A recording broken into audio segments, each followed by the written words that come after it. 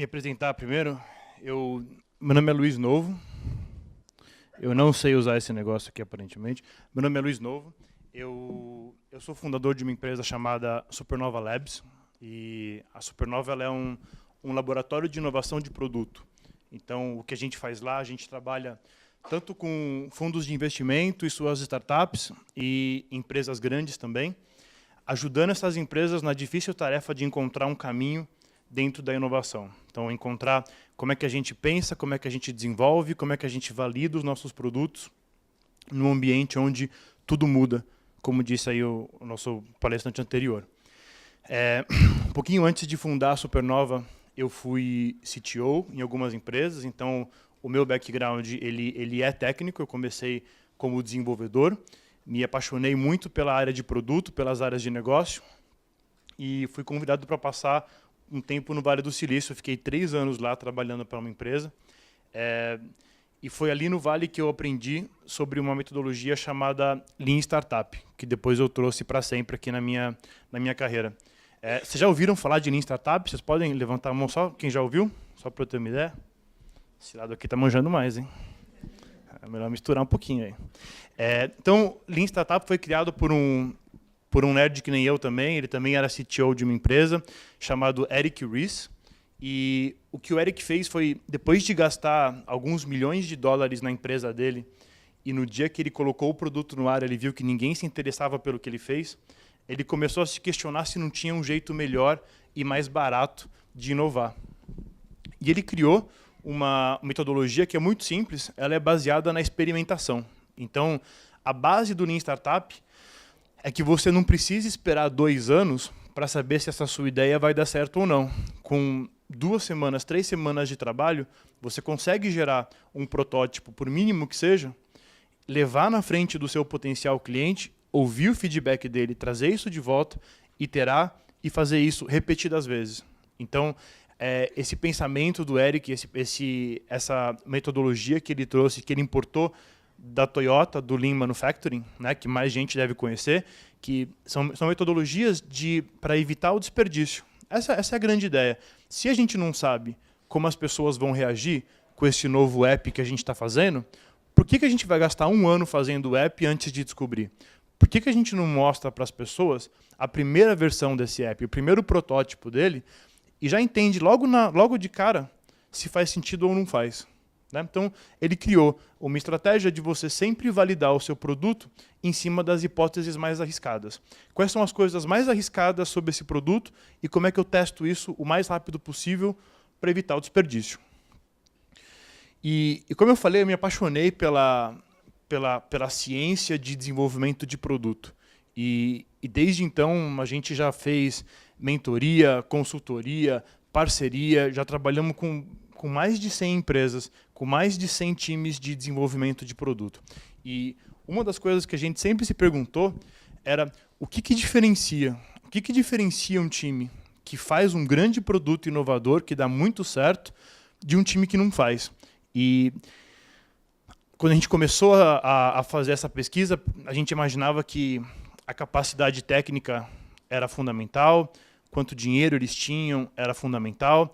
E, na verdade, o que a gente descobriu é que todos os times que estavam executando com perfeição na criação de novos produtos, eles seguiram um padrão muito simples, que é eles aprenderam a identificar o que era mais importante nesse produto que eles estavam fazendo, qual é o valor que eles estavam gerando para o universo, qual é o valor que eles geravam para o usuário. Eles aprenderam a focar nesse valor e evoluir repetidas vezes a solução deles até que ela ficasse perfeita. Então, muito simples. Em vez da gente sair desenvolvendo 85 features no nosso site ou no nosso app, porque saíram ideias incríveis no brainstorm, eles entenderam por que esse meu produto é único, como é que eu deixo ele cada vez mais único e cada vez mais servindo um propósito. Então, pensa no Instagram. Né? O Instagram não foi o primeiro aplicativo de compartilhar foto que a gente viu na vida. Né? Mas ele resolveu uma coisa fundamentalmente bem, não resolveu? Ele fez as nossas fotos toscas ficarem bonitas, com 2 cliquezinhos. Não foi por isso? Não é por isso que a gente começou a usar o Instagram em vez de postar foto no Face? A foto ficava mais bonita. Então, ele aperfeiçoou aquele pequeno pedaço de utilidade que as pessoas estavam contratando o software dele para fazer e deixou isso perfeito. O WhatsApp, quem é que usa o WhatsApp? Existiam 800 softwares de mensagem instantânea antes do WhatsApp, não é? Por que a gente usa o WhatsApp? Os dois vezinhos verdes. O grande segredo, a grande inovação do WhatsApp não é porque chega primeiro a mensagem, é porque você sabe que chegou. Então, o WhatsApp entrou para resolver o problema da gente mandar aquele SMS e a outra pessoa falar, ah, não vi, não, desculpa, não vi o SMS. Com o WhatsApp você fala, você viu sim, você estava online, eu vi você online ali meia-noite, apareceu conectado. Não é por isso que a gente começou a usar? Porque ele é confiável, certo? Então, o segredo é que esses caras encontraram o que era essencial naquela oferta de valor deles e trabalharam repetidas vezes para aperfeiçoar. Então eu resolvi, usando o conceito do Lean, tentar trazer para a gente aqui o que a gente descobriu que é essencial para uma empresa grande, para uma grande corporação que está buscando inovar. Quais são as 3 dicas que, se aplicadas, vão ajudar a gente a aumentar a chance de sucesso dos nossos projetos? Então eu vou começar com a primeira, que é sobre de onde vêm as ideias. Eu estou na frente de todo mundo, né? Estou totalmente sem noção aqui. De onde vêm as ideias de inovação? Tá? Então, na maioria, a gente consegue agrupar da onde vêm as ideias em três buckets diferentes. Primeiro, são ideias. Então, a empresa chega e fala, manda os projetos para o nosso comitê de inovação, então manda suas ideias, a gente vai analisar as ideias e vai declarar quem vai receber o dinheiro do nosso fundo, né? Ou nós vamos fazer um desses famosos campeonatinhos de startup, né? Então, vocês vão fazer um monte de pitch, e o pitch vencedor vai para a final, e aí o pitch que ganhar na final, ele vai ser escolhido e vai receber um investimento, e a gente vai investir nessa ideia, certo? Então, esse é o mais comum, tá? Vamos ouvir o que as pessoas estão pensando e vamos financiar as ideias que a gente gostar mais. O segundo é ouvindo os pedidos dos clientes. Então, a gente lida muito com o usuário final, o consumidor do nosso produto. Vem centenas e centenas e centenas de mensagens por dia, de gente pedindo um monte de coisa. Então, a gente vai estruturar o nosso processo de inovação em cima do que a gente está ouvindo dos nossos clientes. E terceiro, em cima do que a gente reconhece que é a necessidade dos nossos clientes, que é muito diferente do que eles pedem, e eu vou explicar isso um pouquinho melhor. Então, voltando lá para a ideia. Os formatos de inovação baseados em geração de ideias, eles têm uma chance maior de fracassar. E por que esses projetos têm uma chance maior de fracassar? Porque quando a gente desenvolve uma ideia, aquela famosa ideia do tomando banho lá, a gente pegou um problema que a gente identifica, e com todos os anos de experiência nesse mercado que a gente tem, a gente aplicou as tecnologias que a gente conhece em cima desse problema, olhou para o resultado disso e falou que incrível, isso é um baita de um produto, eu preciso fazer. O problema é que a frase famosa aí do Steve Blank, que é o cara que escreveu um livro que inspirou o Lean Startup, é que nenhum plano de negócio e nenhum protótipo de produto sobrevive à primeira interação com o cliente. Quer dizer, por melhor que seja a sua ideia, por melhor que seja o seu produto, por mais que você conheça o seu mercado, a hora que o seu cliente olhar para a sua solução, ele olhar para o novo aplicativo, ele olhar para o novo produto que você está criando, você vai descobrir que você estava errado. E isso é ótimo, porque descobrindo que a gente está errado, a gente pode adaptar. Então, de todas as grandes formas de gerar ideias para a inovação, a gente tem que tomar cuidado com essa daqui, para a gente não correr o risco de se apaixonar pelo que a gente fez e perder o vínculo com o que o mercado realmente precisa. Então, a gente vai para os outros formatos. O próximo é ouvindo os clientes. Então, a gente vai colocar uma sonda no nosso Customer Service e a gente vai ouvir, e na nossa redação também, e a gente vai ouvir tudo que os clientes trazem de feedback para a gente, e em cima disso, a gente vai estruturar processos de inovação. Esse modelo também gera menos resultados. Por quê? Porque o cliente não sabe de verdade o que ele quer. Você já ouviu aquela frase do Henry Ford? Que se eu fosse dar para os meus clientes o que eles estão pedindo, eu daria para eles um cavalo mais rápido? Porque o cliente ele não tem a mesma competência técnica e de negócios que quem está criando esse produto. Então, o cliente enxerga as coisas de acordo com as restrições educacionais ou tecnológicas ou de raciocínio dele mesmo. Então, o cliente, lá, o cara que comprava um cavalo, ele nunca vai imaginar em toda a inovação tecnológica que seria possível para ele andar mais rápido. Então, quando o cliente traz para vocês o que ele quer, quando ele traz uma sugestão, a gente tem sim que ouvir. Só que a gente tem que passar isso por um outro processo antes de começar a aplicar, que é o processo que mostra para a gente onde está a necessidade por trás daquele pedido. Então, os processos de inovação que atingem mais sucesso, eu vou mostrar no próximo slide um pouquinho a diferença de números, são os processos de inovação que nascem em cima de necessidades validadas de clientes. Então, de volta no exemplo do Ford, né? Se eu ouvisse os meus clientes, eu daria para eles um cavalo mais rápido, né? Que é isso que eles pediam. Então, como é que a gente vai de um cavalo mais rápido para o que eles realmente querem? Perguntando, você quer um cavalo mais rápido? Um cavalo mais rápido vai permitir que você faça o quê? O que vem de volta naquela resposta é a real necessidade. Naquele caso, é percorrer distâncias mais rápido. Certo? Então, existe um risco da gente ouvir um pedido de cliente, por mais que ele seja volumoso, e acabar fazendo uma evolução simples, pequena, medíocre no produto, porque a gente está lidando ali com todas as restrições de pensamento de pessoas que não são as mais preparadas para criar um produto, para criar uma solução. Então, a gente sempre analisa essa sugestão do ponto de vista de o que essa sugestão vai permitir que essa pessoa faça, que essa pessoa não faz hoje. Ali está a nossa chave para descobrir do que elas precisam de verdade. Tem uma pesquisa no site da Strategy, que é uma empresa de inovação corporativa muito famosa lá nos Estados Unidos, no mundo inteiro eles têm um monte de filiais, onde eles comparam o sucesso médio daquelas estratégias que eu mostrei para vocês, das 3 estratégias.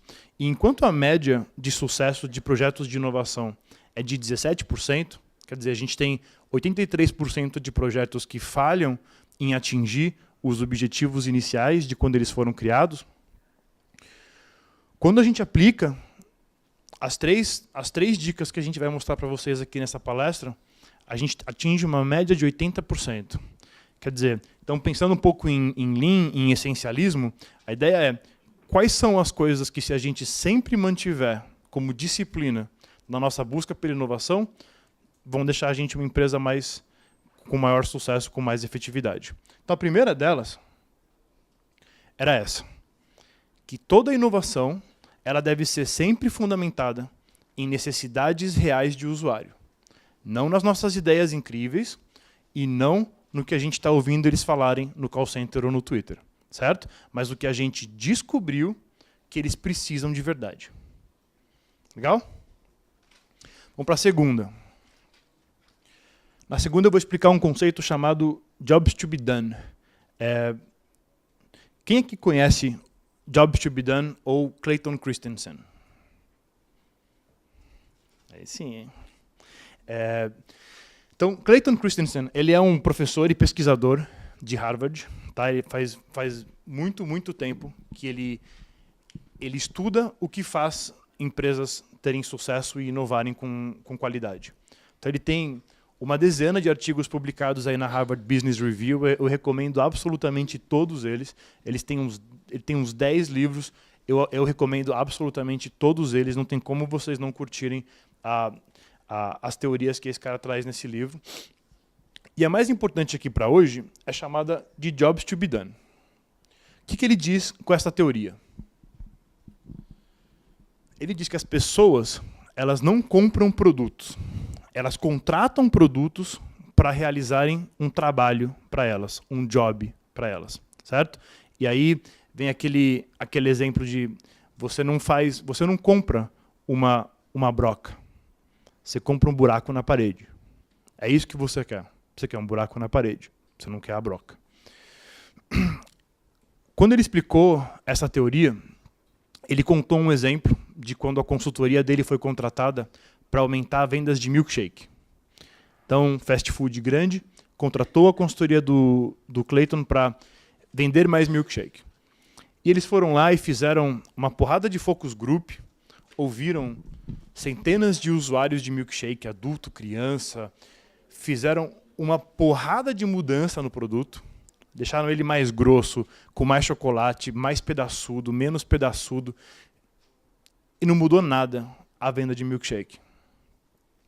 Foi aí que o Clayton teve a ideia de mandar pesquisadores para acamparem na frente dessas lojas e anotarem num papel exatamente todas as horas que as pessoas chegam para comprar um milkshake. E anotar. Eles vieram sozinhos, vieram com gente, ficaram na loja ou compraram e saíram, que hora do dia que era, como é que eles estavam vestidos, anotou tudo. E depois eles foram pegar e analisar o resultado. E em 50% dos casos, eles viram que os milkshakes estavam sendo vendidos antes das 8 da manhã.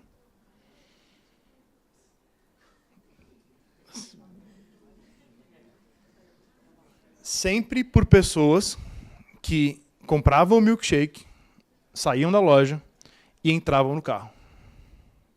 E iam embora. Eles não ficavam lá tomando café, nada. Pegavam o milkshake, entravam no carro e iam embora. E eles foram conversar com esses caras. Por que vocês estão comprando milkshake às 8 horas da manhã? E o pessoal disse, olha, eu vou fazer uma viagem para o meu trabalho agora de quase 1 hora. E eu comprei o milkshake porque ele vai me deixar sem fome até a hora do almoço. Então, eu tenho 1 hora para me divertir no carro, né, porque eu fico entediado, pelo menos o milkshake ele rende ali, fica uns 25 minutinhos me fazendo companhia. E aí eu fico sem fome até a hora do almoço, sem discutir os hábitos de alimentação. O que ele deduziu de lá? Que essas pessoas não estavam contratando o milkshake para se divertir com o filho, que é o que eles imaginavam. Eles estavam contratando esse milkshake para entretê-los numa viagem longa até o trabalho e deixá-los alimentados até a hora do almoço. Isso é um outro mercado. Isso é um outro produto. O que faria o milkshake ser mais atraente para o filho dele de 5 anos não é a mesma coisa que deixaria o milkshake mais atraente para ele indo até o trabalho. De repente, um milkshake saudável seria um baita de um sucesso aqui. Cheio de fruta, cheio de iogurte. Então, foi em cima desse conceito que ele criou a ideia de Jobs to be Done, e a gente começa a usar essa ideia para analisar todos os mercados. E o que ela faz? Quando a gente começa a adotar essa teoria para analisar os nossos mercados, a gente vê que o nosso mercado ele se expande. Então pensa, por exemplo, se a gente tivesse aqui uma empresa de cortador de grama. Tá? Nós somos todos sócios de uma empresa de cortador de grama e o nosso cortador é o EPX 3000, que faz 3.000 rotações por minuto.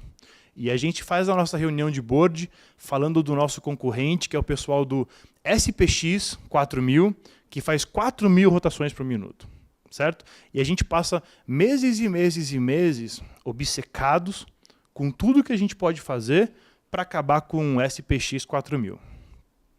Agora, por que alguém contrata um cortador de grama? Por que eu compro um cortador de grama? O que eu quero quando eu compro um cortador de grama? Eu quero ter a grama da minha casa cortada e bonitinha, certo? Nessa perspectiva, o SPX 4000 é tão concorrente da nossa empresa quanto grama artificial. Não é? Eles servem o mesmo propósito, com preferências diferentes e em contextos diferentes. Ambas as empresas estão ali para me ajudar a ter um gramado mais bonito, mais cortadinho, mais rente. Então, olhar para Jobs to be Done aumenta o espectro de quem a gente considera nossos concorrentes. Isso aumenta o nosso mercado e aumenta os insights que a gente pode ter de como atacar esse mercado melhor. A gente passa a aprender com outras empresas, não só o que a gente considerava concorrente direto antes. Então vamos supor que eu vou lá hoje, eu quero jantar com a minha mulher, né? E é aniversário de casamento, então vamos lá, vamos jantar num lugar bem bonito. E eu contrato um guia de restaurantes qualquer para me ajudar nessa tarefa, de levar minha mulher para jantar. Eu pego um guia lá qualquer, folheio e procuro um restaurante legal para levar, certo? O guia não sabe desse meu intuito. Ele não sabe o que eu quero de verdade, certo? Ele não sabe por que as pessoas contratam um guia de restaurante. Então, o que ele faz? Ele serve a parte mais básica que ele pode servir, que é, eu vou te servir uma lista de estabelecimentos. E você se vira. Você se vira para entender que estabelecimento faz sentido para você hoje ou não, está no seu budget ou não, está nesse contexto ou não está. Eu te dou a lista. Agora, e se ele soubesse de verdade, se ele soubesse que o meu job, de verdade, é ter uma noite incrível com a minha esposa? Será que ele não poderia me atender de uma forma muito melhor? Será que ele não poderia antecipar um monte de problemas que eu teria nessa noite e resolvê-los para mim? E até cobrar por isso? Então, entender o que está por trás das necessidades dos nossos usuários permite que nós criemos produtos melhores. Permite que a gente faça mais sentido na vida deles. Não basta a gente ter um app e não basta a gente ser digital. Hoje, qualquer empresa grande, qualquer startup, estão competindo com milhares de pessoas extremamente competentes na tarefa de descobrir o que você quer e te entregar o melhor para isso. Quem aqui já usou o aplicativo de táxi em São Paulo? 99 da vida. Incrível, né? A gente consegue viver sem essa coisa hoje? Não. E lembra como era um aplicativo há 1 ano e meio atrás? Que job ele resolvia? Eu vou te dar o número de telefone do ponto de táxi perto de você, só para você ligar e ver que não tem táxi nenhum lá. Era esse job que eles resolviam. Isso não estava nem perto de ser a nossa demanda. Por isso que ninguém usava. Algum aplicativo que listava telefone de ponto ficou famosão? Por que não? Porque era inútil. Porque foi inútil. Porque encontrar o telefone do ponto é parte 1 de 100 do trabalho de me locomover de um lugar para o outro. O que esses aplicativos fazem hoje? Você fala, me pega. Acabou. Ele vem, manda um cara te pegar, te leva até onde você tem que ir, você paga via aplicativo, desce, acabou. Certo? Então a gente está entrando numa era aqui de tudo como serviço. Não é mais relações casuais com aplicativos para fazer tarefinhas pequenas do nosso dia a dia. Um 99 Taxis dá para a gente transporte como serviço. Muita gente questiona hoje os valuations que essas empresas tipo Uber e as empresas de táxi estão tendo, que são valuations ultrabilionários, né? E questionam que o tamanho de mercado dessas empresas não pode ser tão grande para justificar esse valuation. E a resposta que o CEO do Uber deu para isso é que essas pessoas estão sendo míopes em entender qual é o real sentido de ter uma empresa que nem essa.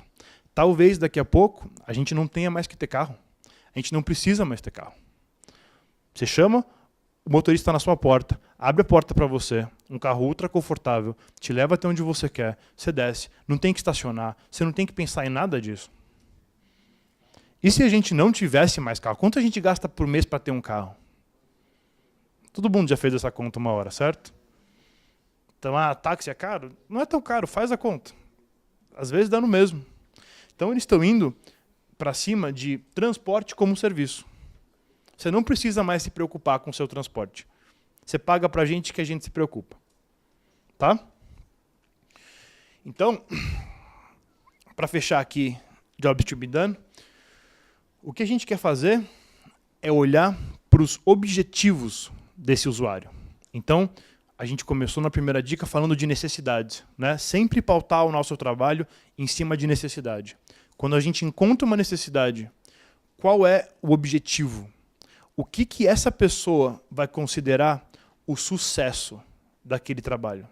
O sucesso do meu trabalho, quando eu contrato a Uber ou o 99, é que eu vou de cá para lá de forma segura e rápida.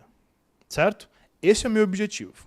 É ir de cá para lá de forma segura e rápida. Então competem com o 99 o táxi de rua, o ônibus, o carro que eu tenho em casa, a carona do meu amigo, o metrô, qualquer outra forma de ir de cá para lá. Só que ele só executa esse job muito melhor do que os outros.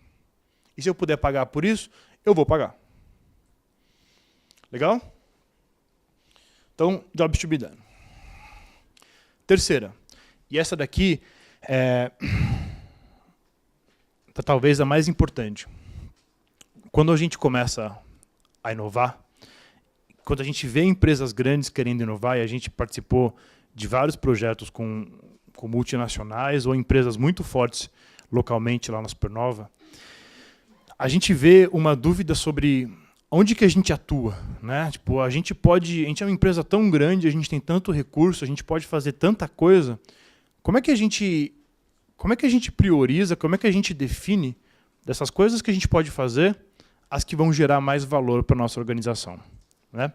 E um padrão que a gente viu e vê repetidas vezes, e ele também é explicado nos livros do Clayton Christensen, é que as empresas que tiveram maior sucesso em criar inovação numa cultura onde a inovação não existia foram as empresas que foram capazes de usar o que essas empresas tinham de melhor a favor dos novos produtos. Então, de se ancorar nas forças que já existiam naquelas organizações, que são os recursos-chave dela. Então, toda empresa, para ser grandiosa, passou por desafios, passou por muitos desafios. E vencer esses desafios gerou para essas empresas uma espécie de uma musculatura, certo? Que empresa no Brasil tem uma habilidade maior de lidar com circulação do que a Abril? Ou com geração de conteúdo? Ou com venda de patrocínio? Certo? Aquelas startups lá no apartamentinho com três nerds lá fazendo Ruby on Rails, eles não têm nada disso. Eles podem codar muito bem, eles podem ser muito rápidos, ter um design incrível, mas eles não têm nada dessas competências que uma empresa que nem a Abril passou décadas desenvolvendo. São musculaturas extremamente fortes.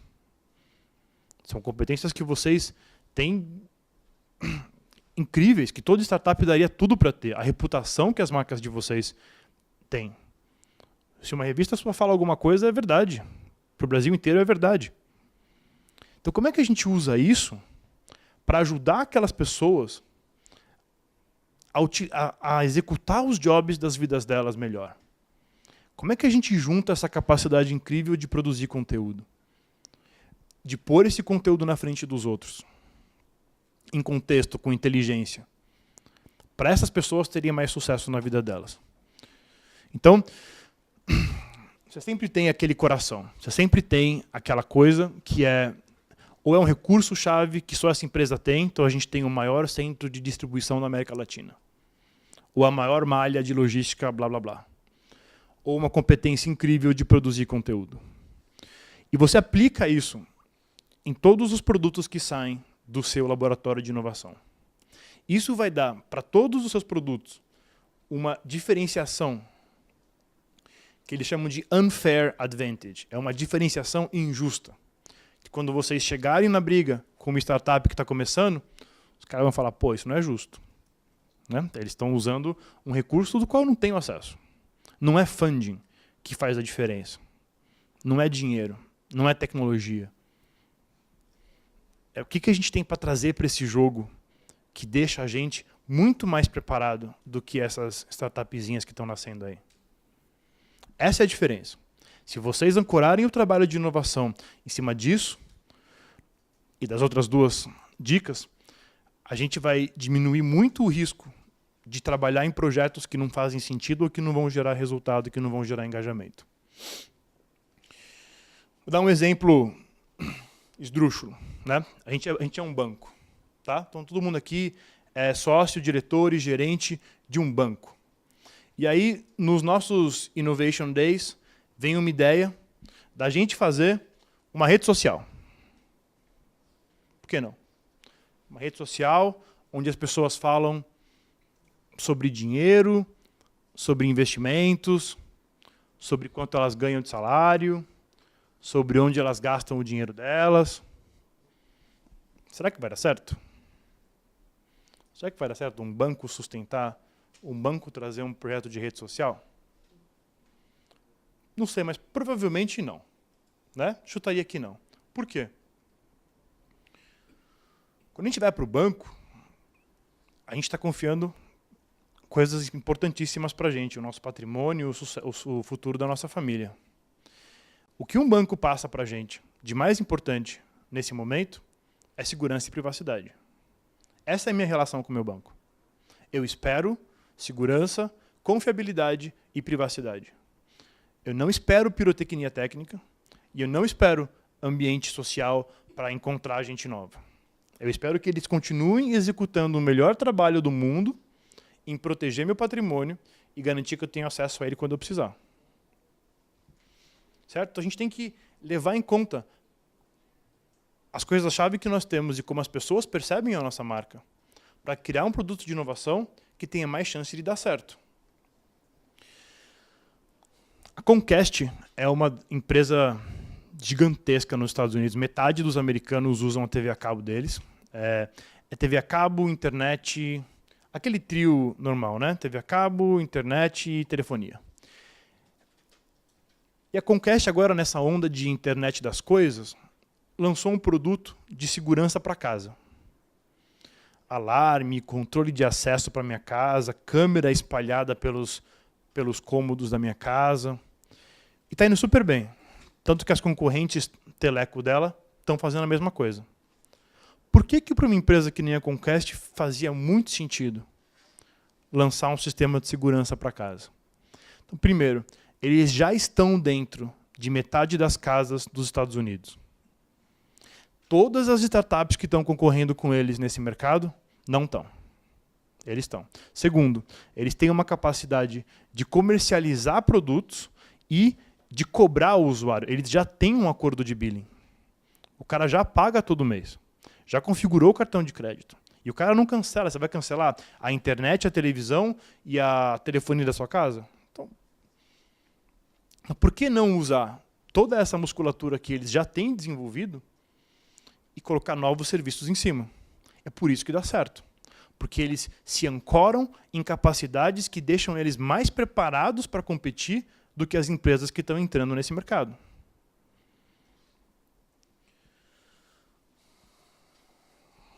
Vocês conhecem as barracas Alba? Isso aqui é um caso bem legal. As barracas Alba existem aí desde 1973, né? E eles se chamam de a barraca mais cara do Brasil, né? Demais, né? Como marketing. A barraca mais cara do Brasil, em um momento ali da história deles, percebeu que o mercado de barraca era muito pequeno. Mesmo você sendo a mais cara do Brasil, não dava para você gerar a quantidade de receita que os seus investidores estavam te cobrando, né? E eles foram entender o que faz da gente uma empresa especial. E eles descobriram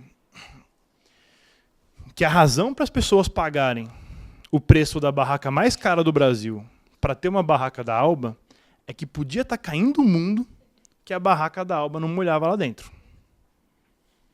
Podia ventar, podia acontecer o que tivesse que acontecer, não passava água para dentro da barraca. O que faz muito sentido, que é para isso que a gente contrata uma barraca, né? Para proteger a gente das condições climáticas. Só que isso não faz só sentido para quem está acampando. Quem mais precisa se proteger de condições climáticas? Motoboy, motoqueiro.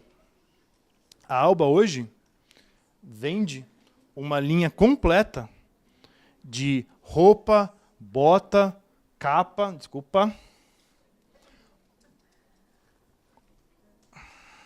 roupa, bota, blusa, camisa, impermeável para motoqueiro.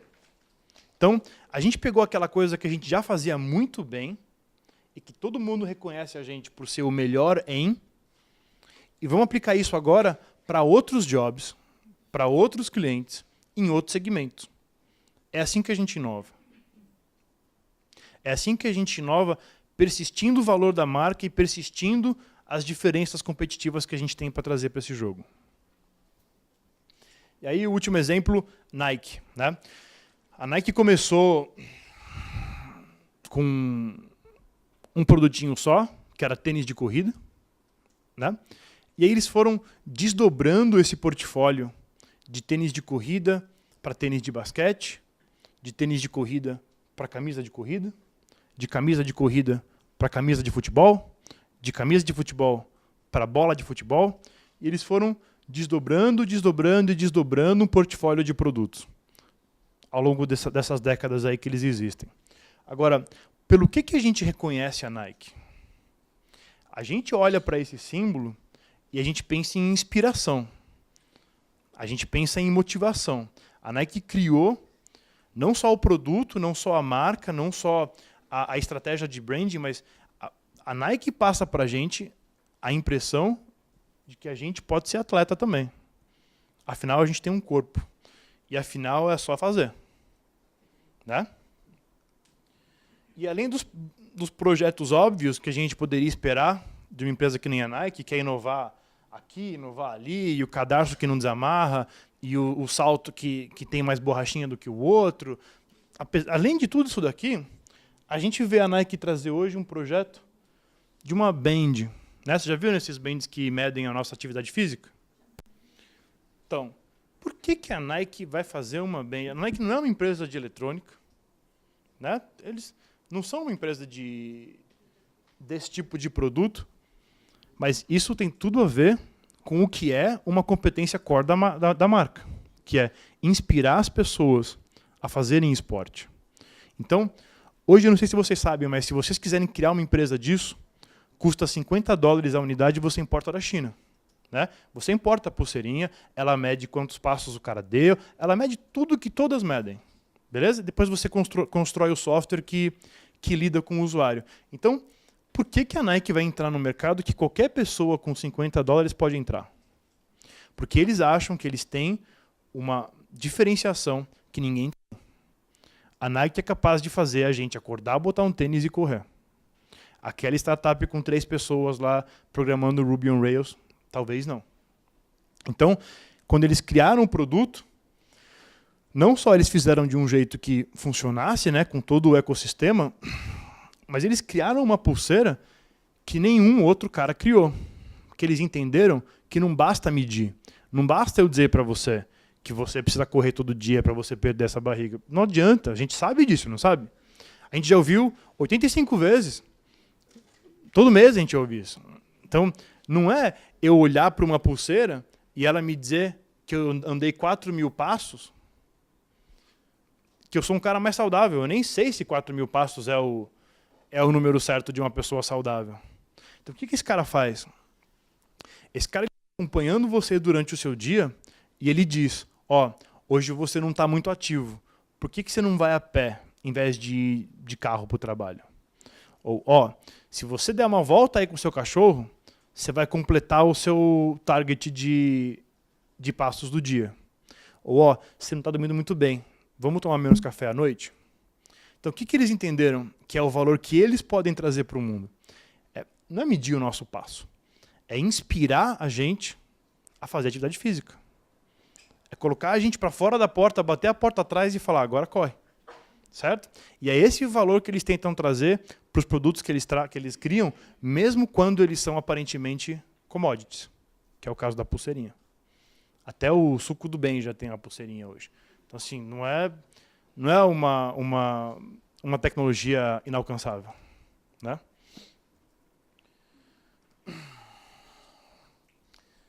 Então, com isso a gente fecha a última dica, que é usar as competências da empresa para pautar os processos de inovação.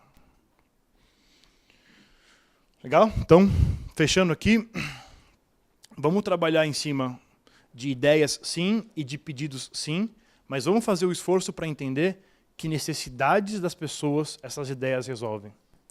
por que que a pessoa sacaria o telefone e apertaria nesse aplicativo? Qual é o trabalho que elas estão tentando resolver quando elas abrem meu app? Da minha revista ou do meu portal? Por que que eles vêm até mim? Que resultado eles esperam disso? E como é que eu posso usar o que faz da gente uma empresa muito forte para criar mais e mais produtos, para ajudar mais e mais pessoas a realizar esses jobs? Tá legal? Com isso, eu encerro. Acho que tem tempo de pergunta, mas antes, quero agradecer a oportunidade de falar aqui. Obrigadão de verdade. Baita honra. Valeu.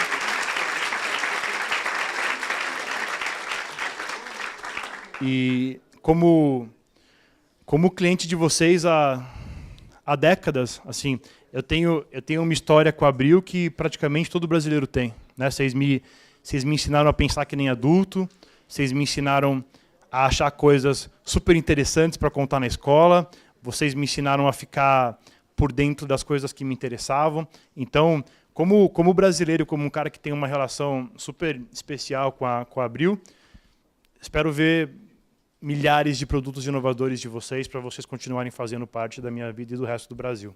Obrigado de verdade, viu?